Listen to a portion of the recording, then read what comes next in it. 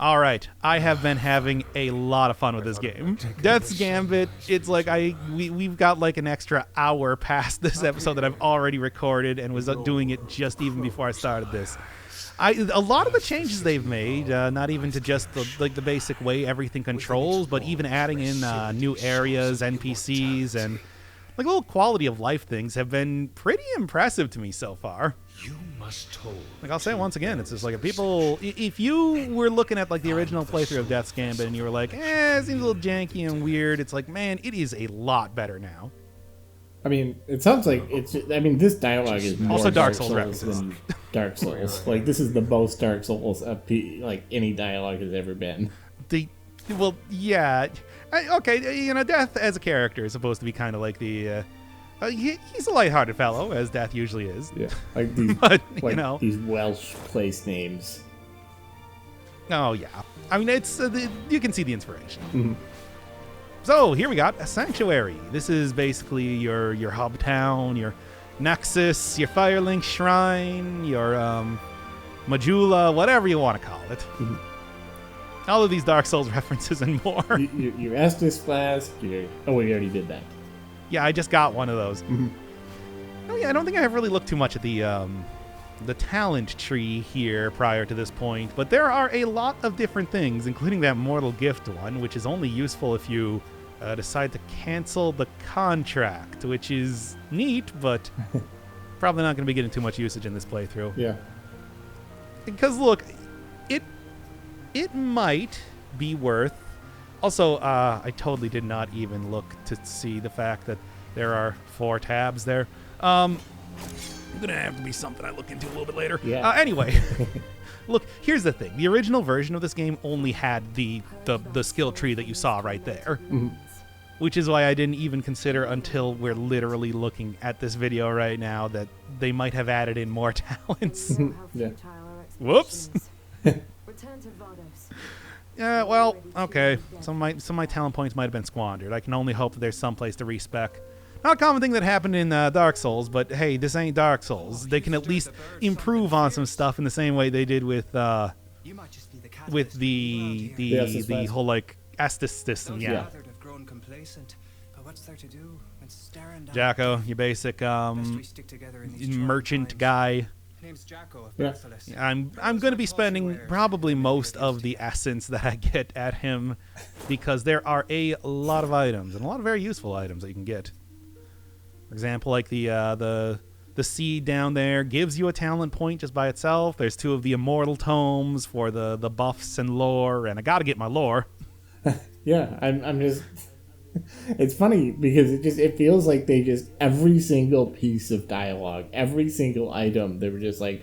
They knew what they were doing. Yeah. Oh yeah. Like I said, it's like, man, this game also plays like really good, and it is a lot of fun, and things have even just been changed up a lot. That it's like it's 100% worth a return to. I want to sell this game hard. There are some games that I play on this channel that it's like I just feel sort of have like a visibility thing where it's like I feel like not a whole lot of people are talking about this, and that's where I feel like I gotta come in and be like, yo guys, you gotta play this.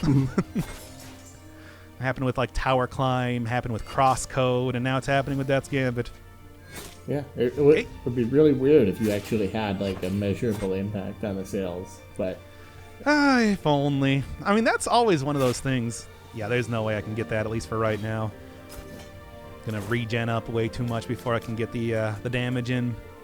But yeah, it's like, look, I would be lying if when I originally started this channel that I didn't do it partially because I wanted to show off some cool video games that I feel like people might have been overlooking. Yeah. Starting all the way with like a purple, and it's certainly continued with suggestions that I've been getting and everything. What was the original for this game? Very popular? A lot of people were talking about it, but it's like, I guess, hi? What? You just kind of hanging around? Okay, then. Well, I guess we're going to have some mirror matches here and there. Fairly certain this was in the original game, but I did not remember that at all. Whatever. No, you won't. Look, I don't know if you've noticed, but this is one of the few games that, not Dark Souls, Dead Cells skills translates to pretty well. I am sort of feels like I am able to, like, I'm taking to this like it's completely natural for me with the way everything works. Yeah. And it only gets better with time. The proverbial fish in water. Exactly. Somebody threw me back in water, and now I'm just like look at this. I did get a little bit of damage, of course. And I mean, obviously I'm gonna die in this playthrough. I'm not gonna go full on like mortal mode or anything, but damn, man, I've been doing a lot better in this game than I expected. Let's just say that. Well, it seems like it's almost like it's similar to Dead Cells, except it's also a little bit slower pace, more rhythmic and timing based, and also on the ground. You're not flying, basically. Yeah, I mean, you don't have the ability to do, like, dodge rolls in midair. Yeah. For example. So they can't, of course, the downside for the enemies is that they can't expect you to do dodge rolls in air. So everything has to be kind of dodgeable, especially with the mortality mechanic. I mean, you can't have a game where you have undodgeable skills, for example. Yeah, Dark Souls 2. Looking at you, Smelter Demon. Which, look, there's a lot of stuff I do like in Dark Souls 2, including that boss, in fact. But, yeah, that is a little bit unfair. Getting a little bit more lore on actually what's a fairly distant boss, all things considered. Got like 3 right in between that dude alone. Guess what boss I'm fighting this episode? Yeah, okay, so that's sort of a thing with this game that actually did come up quite a bit, even in my original playthrough, which was that it is very free in how you can do stuff, but that means that it's like the story can sort of jump around all over the place because you can dash right to Kaer Shirai if you feel like it right now. Now, I'm not too familiar with like Dark Souls like games in general. Is that generally the case with them, that there are usually like shortcuts that you can do, like massive shortcuts? There are shortcuts, but God, aside from what did Dark Souls 3, where you can kill the High Priestess and get into like some endish games early, which otherwise you have to be like given a key item to do. It's like usually, I guess there's also that bit in the original Dark Souls where you can get into Blight Town if you got the Master Key, as one of the present items that you got at the beginning of the game. But it's just like don't even want to risk it there. But it's just like that's, for the most part, you do kind of follow like a very basic path, even if it's sometimes somewhat difficult to realize where it's at. Yeah. Like, for example, I remember Sekiro had a problem where I couldn't figure out where to go because you're supposed to grapple through a window that I didn't see. Oh, yeah. So I kind of like did everything else that I possibly could in the game, and I'm just like, I guess I gotta look it up. Well, it's like, it's this window. You go through the window. That's definitely an experience that I have in almost every game that I play. Oh, it's probably not uncommon. Yeah. I guess not every game. Like, I play some simple platformers here and there. I mean, that happens quite a bit. I remember that it's just like I was very glad that I wasn't streaming The Witcher 2 when I was playing it, because there was one bit where I just was like, I don't even know what happened. I was on like a battlefield and I was just like running around the edge trying desperately to figure out how to get back to the normal area. Like doing the trace your hand along the left wall to get out of a maze thing. Yeah, and sometimes this is kind of one of the reasons I actually like puzzle games a lot, is because, if you're stuck on it, it's because you're stuck on the puzzle. It's not because, there's some weird thing with the game design where you didn't realize something that you were supposed to know. Like, I mean, that is sometimes kind of like a frustrating thing for Metroid-style games, because usually those type of games are laid out in a way that they do have a path you go down. Mm-hmm. Maybe it splits off here and there, like, for example, Hollow Knight. Once you get to the actual statue of the Hollow Knight in the City of Tears, you can go into like one of 3 areas, and it does not stop you from doing that at all. In fact, you have to hit up all 3 of them. Mm-hmm. However, usually it's just sort of playing a game of, okay, now where is the place that I have to use the double jump to get into of the areas that require a double jump I've seen up to this point? Yeah. 99% of them are going to lead to just like a health upgrade or something, but one of them is going to be the area you actually need to go into. Yeah. And especially it's frustrating with Metroid because it's like a lot of them are just like, oh, it's a ramp. Like Super Metroid, it comes to mind like that whole ramp that you need to go on at the starting area to get to the pirate ship, I think. Yeah, there's a few of them. I think you're thinking of like the derelict ship. Yes. That's the one with Fantoon in it. Yes. I was like, hey, boss weapons for bosses we haven't seen yet. But you know, that is new to the game. They do not have like a crafting system or anything before. Alistair, from what I remember, while somewhat being a sad sack, was also pretty much just he just sold you the panacea, which is your heals all stuff, items, all negative effects. Didn't really get too much of a use out of before, but who knows? Things have actually changed up quite a bit in the game now. I have to say, I'm just like laughing at how many of these are just like, it feels like they're just trying to shove in every possible Dark Souls reference that they possibly can, like at every occasion. Yeah, but it's like it's good. Oh yeah. Like this is Kingseeker Framped, and you just were attacked by a crystal. I mean, I'm not saying these are unique to Dark Souls, but they are very. It's pretty uncanny. Yeah, this guy's, I mean, he's a snail, but he's also a very Kingseeker Framp. I mean, he's not as important in the story. Yeah. It's like we'll kind of find out his backstory over time, though. As of right now, all we know is that he's immortal and he doesn't like it. Not a fan. Everybody says they want to be immortal, but then try going for 1,000 years. It's like nobody says they want to be immortal. Everyone, when you ask them, is like, "Ooh, no, that sounds like that's a bad idea. Like that's the classic wish that goes wrong." That is a big part of the game. You got to remember, we are currently sieging Cyrodion, the country of immortals. Well, you're immortal, aren't you? Well, yeah, but that's because I signed a contract with death. Yeah. These guys are immortal because they have some kind of artifact. Oh, I see. Thing? You could just break your contract if you wanted to die, whereas these people are just doomed. Yeah, it's the second item I got in the game right there. Yeah, and by contrast, you are just everyone else is doomed to be immortal. Well, they are here, as part of. By the way, if you're wondering what happens with my dead bodies, it's like they do actually have a use in the game too. Wow. Yep, and that will pile up over time, so you can eventually get those items. That's my goal is to make it to the end of the game without getting all those items, even though they are good. Are they Don't get me wrong. Are they like items where it's like, oh, you died so many times, so here's some consolation prizes, you at least get more power? Yes. Oh. they're like, they're the Titanite slab like stuff. They're like, +5 of like a lot of the basic weapons and stuff like that. Stuff that is not going to break the game, but it's all very useful if you happen to be dying a lot.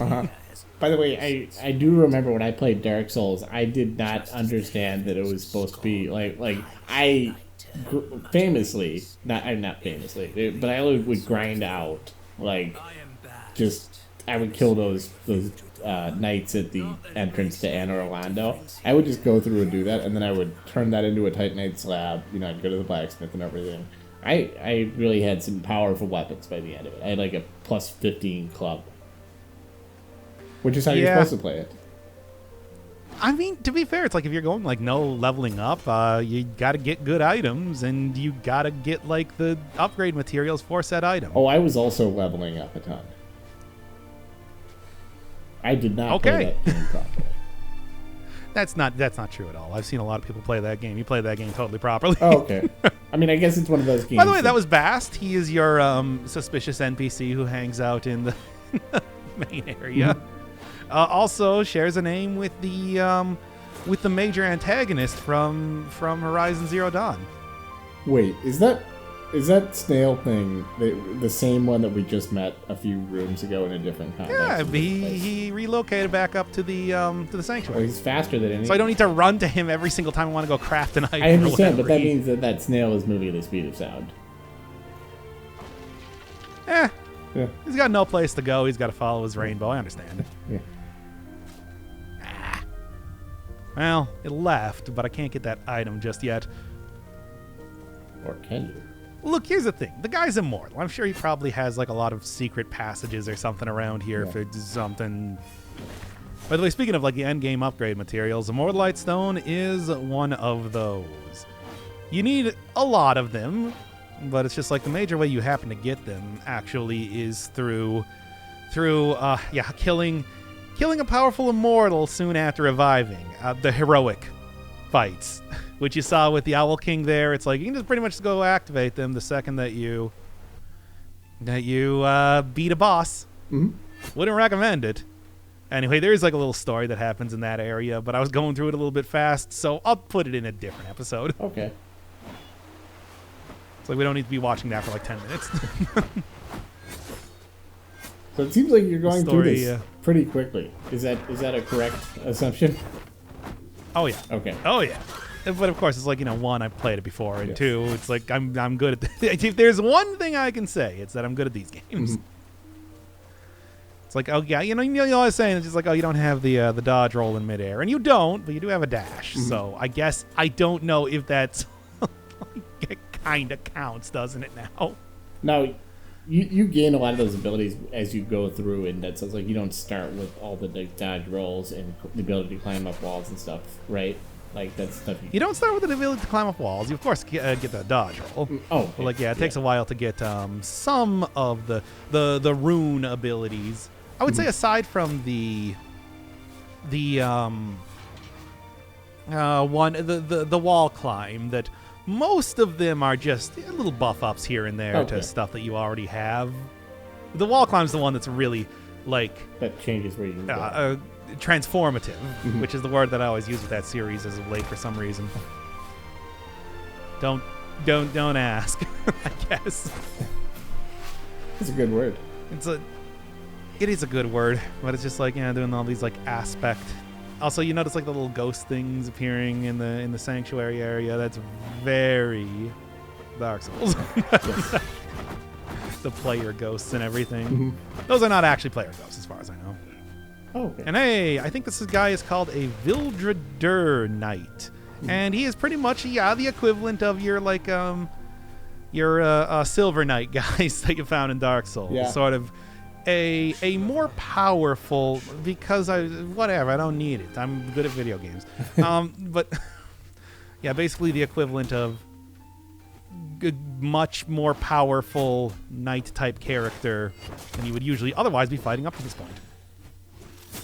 Nice. I suppose it wasn't really the Silver Knights, but like the Black Knights that were appearing a lot in the original Dark Souls. The Undead City.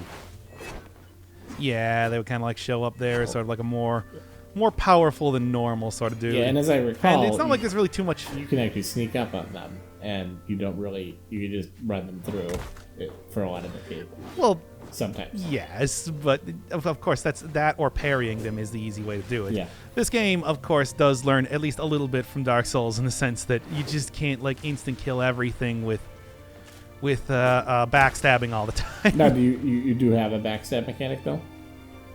No, but there is a parry mechanic, Okay. and there's actually also a perfect blocking mechanic. Okay. You'll see. I think actually it teaches me about that in a little bit here, but a little bit hard to hit, especially with a character that does summon down like a ton of lightning when they're doing their dash attack, which would be the way you'd want to do. So you get like a perfect block, hey, and then the guy is stunned for a couple seconds or something. Stunned, and you get a good hit, but not like a kill instant I see. hit. So it's not like They also have a second form like this too, which is also a lot of fun. Yeah. Yeesh. No, you're not supposed to do this, but right now it's like this is. But I'm doing it anyway because I'm a pro video game man. Yeah. Come on. His flight making this a little bit tricky. Not big deal. Got it. And what do you give me? Vildradir Greatsword. Sounds like a really Greatsword, good well, list. the exact Greatsword that guy was using. Yeah. Which,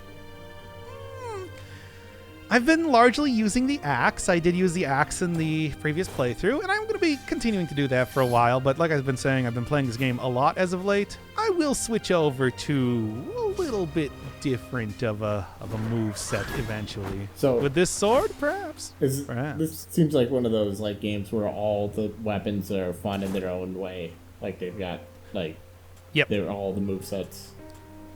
They have their own move sets. They have their own skills associated with it. Like, for example, I'm using like an axe. I'm using like a halberd, not an axe right now, which is why I can't use my axe-related skills. I need to have my axe to use my axe skills, and then there's halberd skills, and there's great sword skills, and then there's bow skills, and et cetera and so on forever.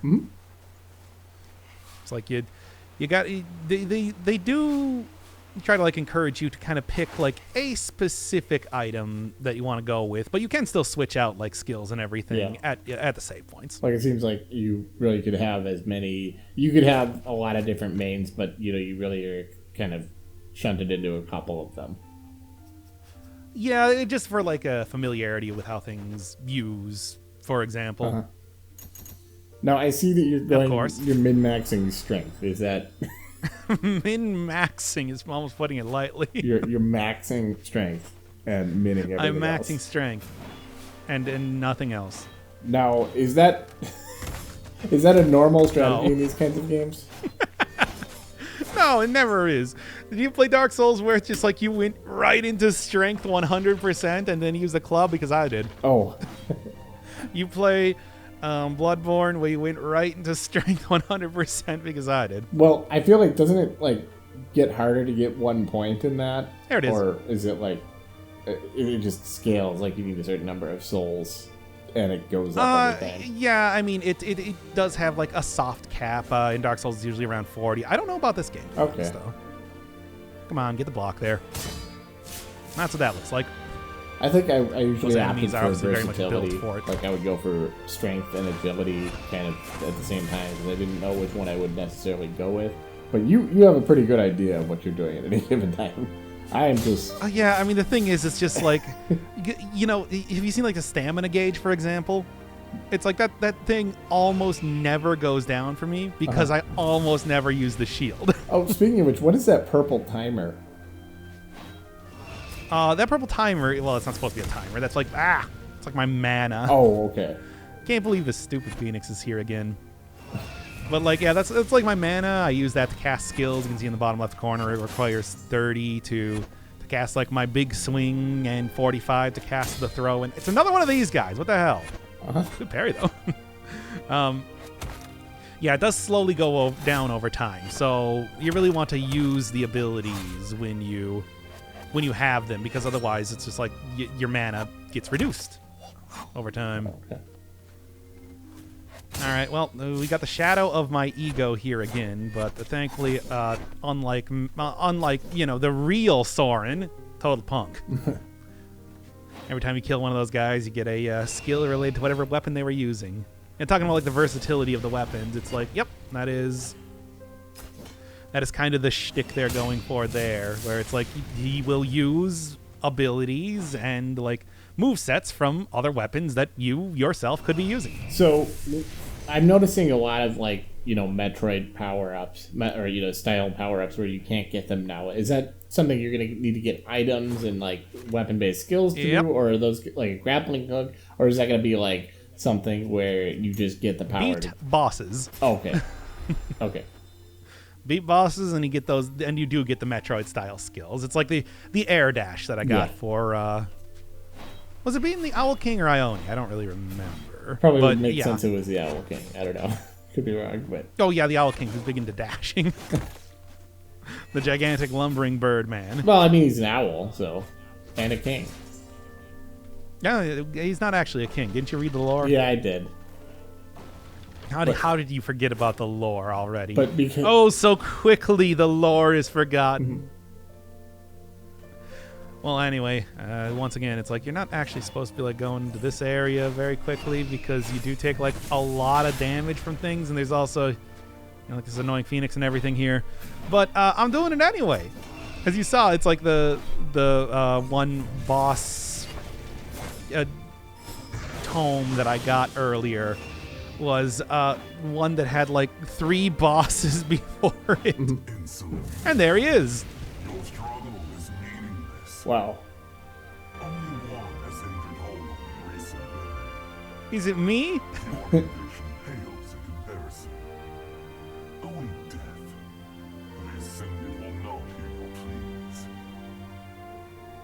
This is such a well, cool anyway, game. Vrail. Like, just... well, anyway, Vrail, fair enough. Okay. Okay. You see that the size of your axe didn't make too much of a difference, did it now? Well, let me go in here and try my own hand.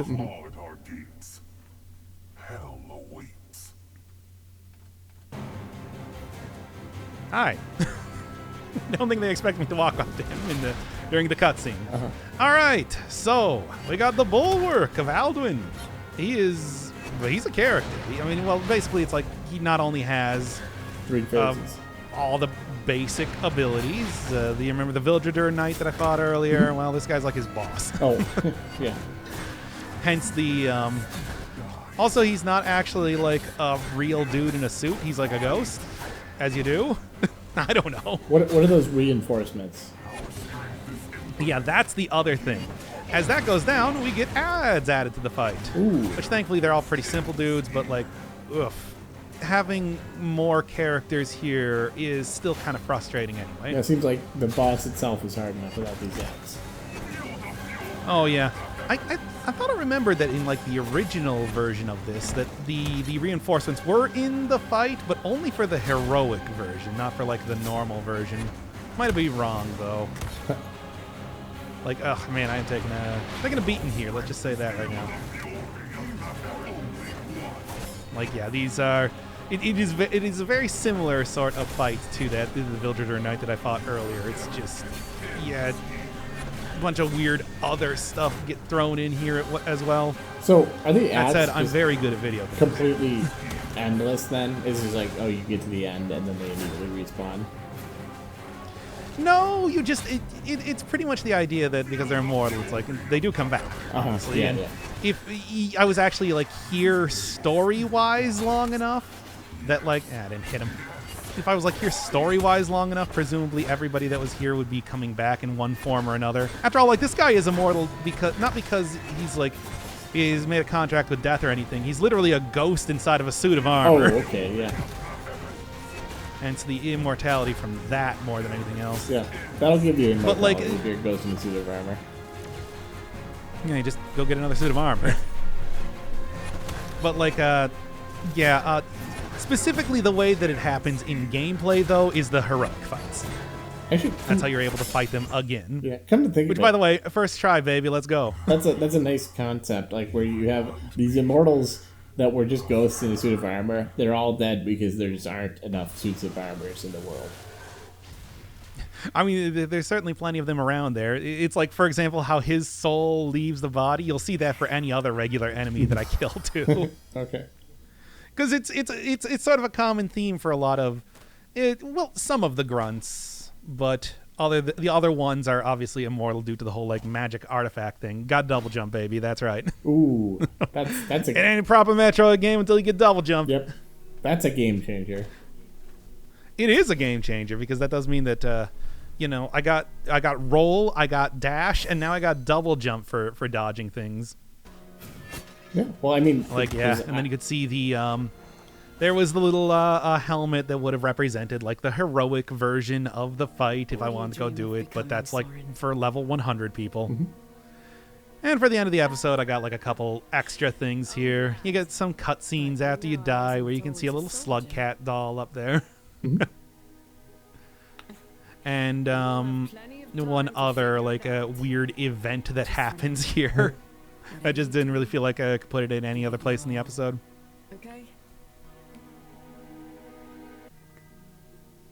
So yeah, there's Soren's mom doing Soren mom stuff. Mm-hmm. The elderly mother. And the other thing is, yeah. Ooh. Well, what is going on there? What is that thing? Well, that's an Owl King. Oh. That is what the Owl King looks like. Wow. That is... I guess it was killed by this guy.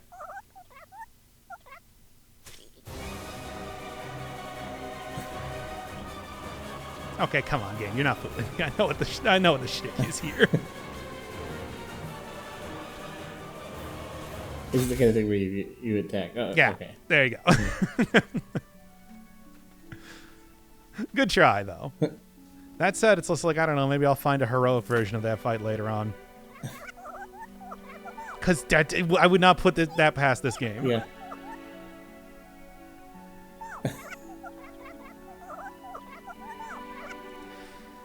Oh, these little characters will be seen a lot of over the course of the game, doing basically stuff like this.